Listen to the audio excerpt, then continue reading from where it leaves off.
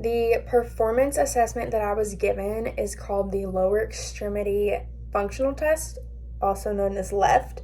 For this test, you will only need 2 cones, a timer, and an athlete. So to set up the test, what you'll do is you will place the cones 10 yards apart or 30 feet apart, and your athlete will start behind cone 1, and you want to iterate to them that every time they reach a cone, they need to bend down and touch it for it to count. So once your athlete is behind cone 1, they will forward sprint to cone 2, touch, back pedal to cone 1, touch, side shuffle, cone 2, touch, side shuffle back to cone 1, touch, and then karaoke to cone 2, touch, karaoke back to cone 1, touch, and then forward sprint all the way through cone 2. This test assesses lateral speed and agility, and they also use it in rehabilitation programs to assess the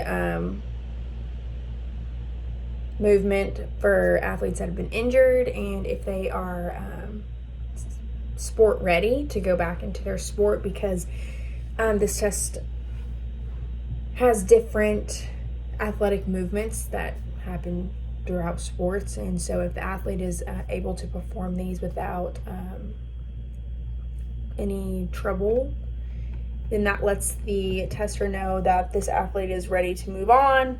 They can either do another series of tests to check their readiness, or this athlete is not ready for this type of movement.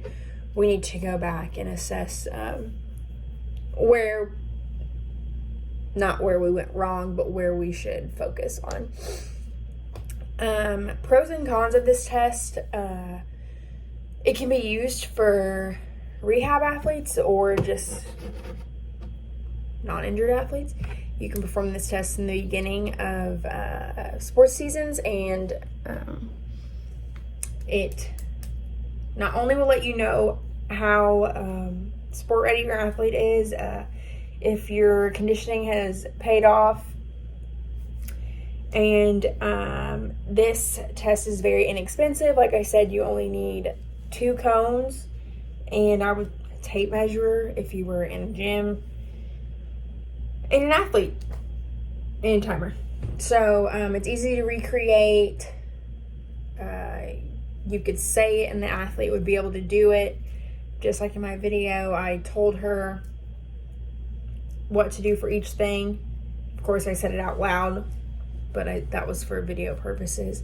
I wouldn't necessarily say it's a con, but the standard times for men and women can differ for different sports. So like volleyball players would not have the same time as soccer players, softball players, basketball players. Each sport may have a different average time.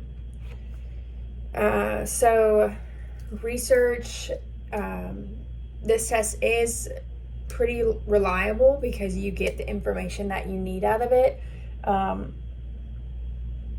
What would be a little difficult is, without research, is knowing what exactly average time is for each sport, because they only have it for men and women. So if you did it for different sports, you would need to figure out what those times were.